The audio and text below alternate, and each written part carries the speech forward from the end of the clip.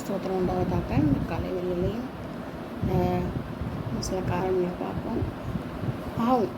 பாவம்னா என்ன? பாவம் ஒருத்தர் கொலை செய்தால் பாவம், கெட்ட வழியில் நடந்தால் பாவம், அந்த மாதிரிலாம் நம்ம சொல்கிறோம் இல்லையா? நான் நினைக்கிறேன் தீய வழியில் போகிறவங்க பாவம் செய்கிறாங்க. போதை வஸ்துக்கள், சாராயங்கள், பீர் குடிக்கிறது, சீரட் குடிக்கிறது, எல்லாமே நான் பாவம் நம்ம நினைக்கிறோம். பாவம் தான், அதுவும் ஒரு பாவம் தான். மற்றவங்க கொலை செய்கிறாங்க, நான் கத்தியில் குத்தியோ, துப்பாக்கியில் சுட்டோ, விஷம் வச்சோ, தூக்கில் தொங்க போட்டோ கொலை செய்கிறாங்க, அது ஒரு பாவம் தான், பயங்கர பெரிய பாவம். அது இதெல்லாம் பாவங்களை சேருது. ஆனால் இதுக்கு மீறி ஒரு பாவம் இருக்குது. என்ன பாவம் அதுன்னா, தேவனுடைய வார்த்தையை மீறி நடக்கிறதே ஒரு பெரிய பாவம். அவர் சொன்னதை நம்மளுடைய கட்டளைகளை கை கொள்ளாமல் இருக்கிறதே பெரிய பாவம். அதுதான் ஆண்டவர் சொல்கிறது. தான் பிரமாணத்தை மீறுவதே பாவம்னு சொல்கிறாரு இல்லையா? எப்படின்னா, நம்ம அவர் என்னென்ன சொல்லியிருக்கு, நிறைய சொல்லியிருக்காங்க. அவன் கற்பனைகளை கை கொண்டது, பிரமாணங்கள் இது, அப்புறம் நான் நன்மை செய்ய தீமை செய்யாத, அப்படியே நிறைய ஆலோசனை சொல்லியிருக்காங்க.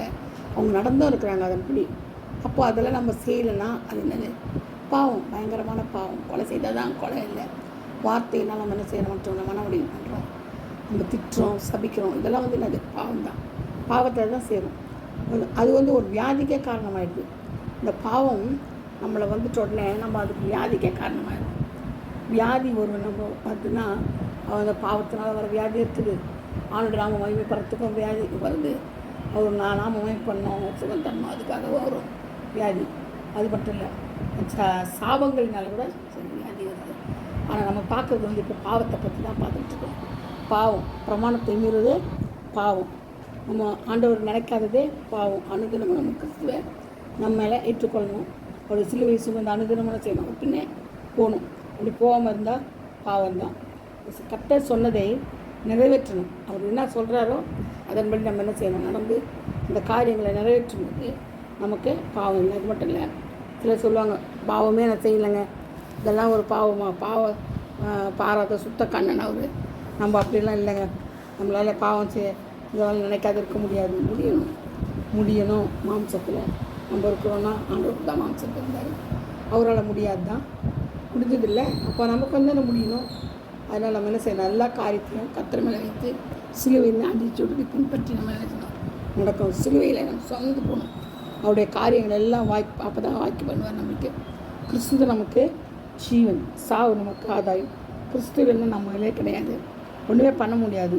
அதனால தான் பூமியில் பொக்கிஷத்தை வைக்க வேண்டான்றார் ஆண்டவர். எங்கே சேர்க்கணுமா? பரலோகத்தில் தான் சேர்க்கணும். பொக்கிஷத்தை சேர்க்கணுமா?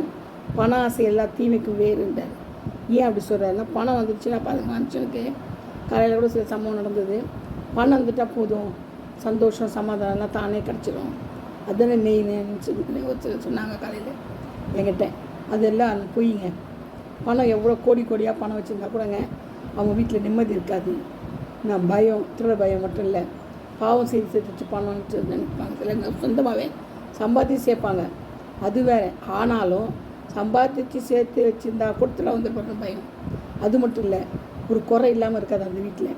ஒன்று வியாதியாக இருக்கும், இல்லை மரணம் சம்பவிக்கும், இல்லை ஏதாவது ஒரு காரியங்கள் அங்கே நிகழும். அவங்களுக்கு திருப்தியாக இருக்காது. பணத்தை சேர்த்துக்கிட்டே இருக்கணும் தான் நினைப்பாங்க, இல்லையா? போதுன்ற மனசு இருக்காது. ஆனால் தேவன் நம்ம கூட இருந்தால், இயேசு கிறிஸ்து நம்ம கூட இருந்தால் பணம் தேவையில்லைங்க. நம்மளுக்கு அன்னாட தேவைகளை அவர் சந்திப்பார். இன்றைக்கி எனக்கு சாப்பாடு வேணும்னா ஆண்டவர் காகத்தை கொண்டு போஷித்த தேவன் நம்மளை போஷிக்காது இருப்பாரா? தூதர்களின் உணவை நமக்கு கொடுத்தாரு இல்லையா? தூதரின் அப்பத்தை நமக்கு கொடுத்தவர் விட்டுருவாரா? நம்மளை கைவிட்டுவாரா? இல்லையே. தாயின் கர்ப்பத்தை தெரிந்து கொண்டவர் நம்மளை கைவிட்டுவாரா? விட மாட்டார்.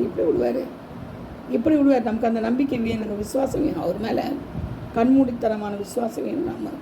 அவர் நம்முடைய தகப்பன் மட்டும் இல்லை, தாய், தந்தை, உறவினர், உற்றார், நண்பர் எல்லாம் தன் ஜீவனை நம்மளுக்கு தந்தவருக்கு ஒரு சாப்பாடு, துணிமணியை உடுக்கிறதுக்கு உடை இருக்கிறதுக்கு இருப்பிடமா தராத போயிடுவார். உலகத்துலாம் அவர் இருக்குதுங்க. அவர் தாங்க படைச்சார் எல்லாத்தையும். பூமியும் அதனையும் கர்த்தருடையது. அவர் தாங்க படைச்சார். அதனால் தான் பேதுரு சொல்கிறான், என்கிட்ட பணமும் வெள்ளியும் இல்லை, ஏந்து நடான்ட்டார்.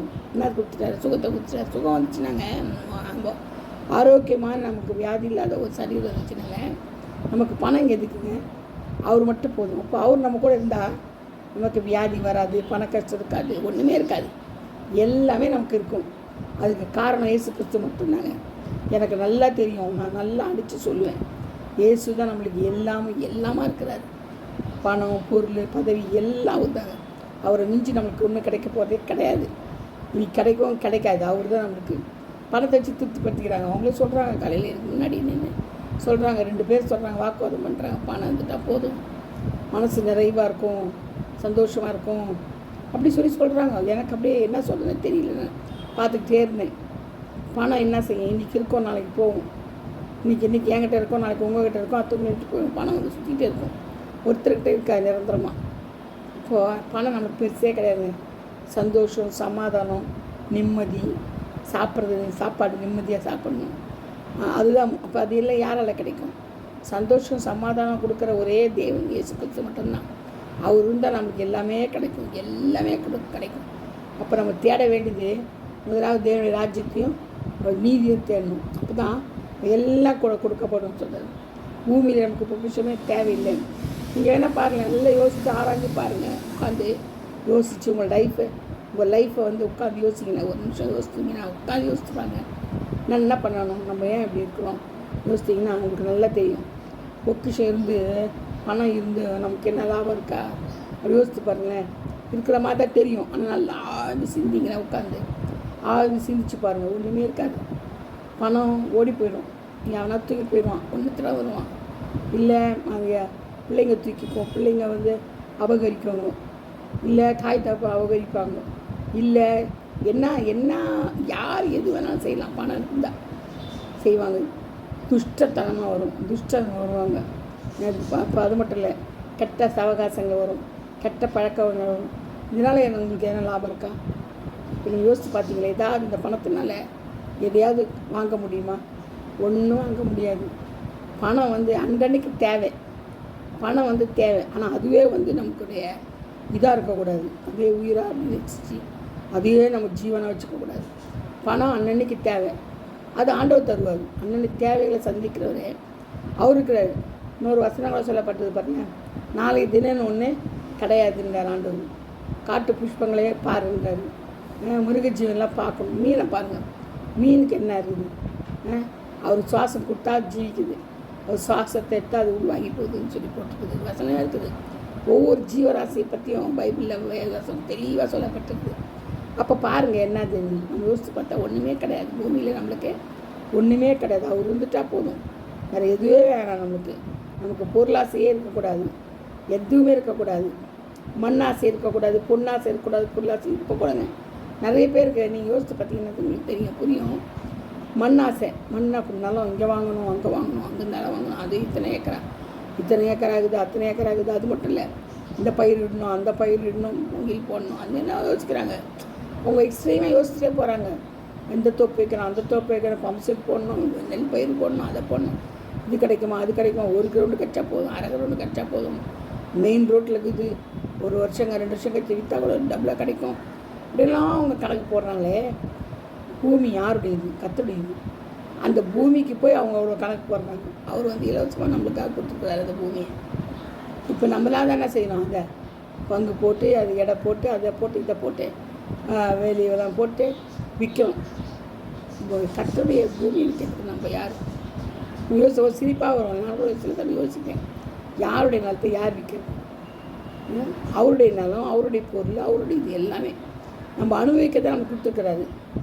வாங்குகிறோம். ஒரு நிலம் போதாதா? நம்மளுக்கு ஒரு வீடு கட்டி வாழ்கிறதுக்கு போதாதா? ஒரு கார் போதாதா?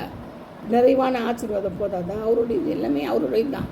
அப்போயே நம்ம இன்னும் வாங்கி வாங்கி வாங்கி வாங்கி போடணும்னு பேராசை பிடிச்சி அலைகிறோம். பேராசை பெரு நஷ்டம். ஆனால் நம்ம தான் வாங்குகிறோம். நம்ம அனுபவிக்கிறோமா? இல்லையே. போய்ட்டுருமே, நம்ம ஒரு கெஸ்ட்டு போல இருந்துட்டு போயிடணும். நம்ம உலகத்துக்கு பூமிக்கு நம்ம ஒரு கெஸ்ட்டு போல இருந்துட்டு தான் செய்யணும். இந்த உலகத்தை விட்டே போயிடணும். இன்னொருத்தர் தான் வந்து அனுபவிக்கலாம். இன்னொருத்தனா யார்? நம்ம பிள்ளைங்களோ, சொந்தக்காரங்களோ, அனாதைங்களோ யாரோட வந்து அனுபவிப்பாங்க. ஏன்னா நமக்கு வாரிசில் தான் மற்றவன் தான் வந்து பக்கத்துக்காரன் தான் வந்து அனுபவிப்பான். இவனுக்கு வாரிசு இல்லை, எடுத்துகிட்டு போயிடுவான். அப்படி இருக்கும்போது நமக்கு எதுக்குங்க இவ்வளோ போராட்டம், பயங்கரமான பொருளாசை, பெண்ணாசை, மண்ணாசை? எதுக்கு இதெல்லாம்? இதெல்லாம் நமக்கு தேவையே இல்லையே, இதெல்லாம் வேஸ்ட்டு, நினைக்கிறத கூட வேஸ்ட்டு, நினச்சி பார்க்கறது அதோட ஒரு கேவலம், ஒன்றுமே இல்லை. அதை விட கிருபையின் மேலே ஐஸ்வர்யம் இருக்கலாம், கிருபையில் நம்ம ஐஸ்வர்யத்தை கேட்கலாம், இரக்கத்தில் ஐஸ்வர்யத்தை கேட்கலாம், ஆண்டவர்கிட்ட மகிமையில் ஐஸ்வர்யத்தை கேட்கலாம். ஏன்னா கிருபையின் ஐஸ்வர்யம் ரொம்ப மகா பெரிது, அதோட இரக்கத்தில் ஐஸ்வர்யம். ஆண்டவர் இரக்கமாக இருக்கிறார். ஆண்டவரே என் மேலே இரக்கமாக இருங்கப்பா, இரக்கத்தில் ஐஸ்வர்யத்தை தாங்கப்பா சொல்லும்போது அவர் நீடிய ஐஸ்வர்யத்தை இரக்கத்தினால் தராரு, இறங்குறாரு. நம்ம என்ன தப்புதான் செய்தாலும் நம்மளை மன்னிக்கிற தேவன் இயேசு கிறிஸ்து மட்டும்தான். காயப்பற்றி காயத்தை கட்டுகிறாரு, அடித்து ஆற்றுகிறாரு. அப்போது தேவன் தண்டிக்கிற மனுஷர் பாக்கியவான்னு யோபு சொல்கிறாரு. இப்போ பாருங்கள் எவ்வளோ அனுபவம்னு. நம்மளை தண்டிக்கணும், இப்போ தான் நம்ம யார் பாக்கியவான். உபத்திரத்தின் கொகையில் நம்ம தெரிந்து கொள்கிறாரு. நம்ம ஒரு ஜூரியஸாக இருக்கணும்னு நினைக்கக்கூடாது. குறுக்கலான வழியில் நம்ம போகணும். ஆண்டோடு தான் இடுக்கமான வாசல் வழியாக தான் பிரவேசிக்க சொல்கிறாரு. அகலமான விசாலமான வாசல் எங்கே போதான்? கேட்டுக்கு போதான், பாதாளத்துக்கு போதும். ஆனால் இடுக்கமான வாசல் பரலோகத்தின் வாசலுக்கு போதும். அதனால் நம்ம என்ன எப்பவுமே பயங்கரமாக தெரிந்து கொள்றதை விட்டுட்டு கர்த்தருடைய பிரியத்தின்படி, தேவ சித்தத்தின்படி, அவருக்கு என்ன பிரியம், அவருக்கு என்ன சித்தம், அதன்படி நம்ம செய்து என்ன செய்யணும், ஓட்டத்தை முடிக்கணும். இரக்கத்தில் ஐஸ்வர்யமாக ஆண்டவர் நமக்கு இருக்கணும், கிருபையில் ஐஸ்வர்யம் நமக்கு இருக்கணும். நம்மளுக்கு மண்ணாசை பொன்னாசை எல்லா வாசையும் எதுவும் விட்டுடுங்க. நான் கர்த்தர் மாத்திரம் போதுமானவராக இருக்கிறாரு, அவர் மாத்திரம் நம்மளுக்கே போதும். வேறு எதுவும் வேணாம். பூமியில் பரலோகத்திலும் பூமிக்கும் நமக்கு இயேசு கிறிஸ்து மட்டும்தான் தேவாதி தேவன், ராஜாதி ராஜா, ஒரே தகப்பன், ஒரே கடவுள். உலகத்தின் அந்த சராசரங்களுக்கும் ஒரே கடவுள் இயேசு கிறிஸ்து மட்டும்தான். நான் முடிக்கிறேன். கர்த்தர் பாதுகாப்பாராக, ஆசீர்வதிப்பாராக. Praise the Lord. God bless you all. Thank you.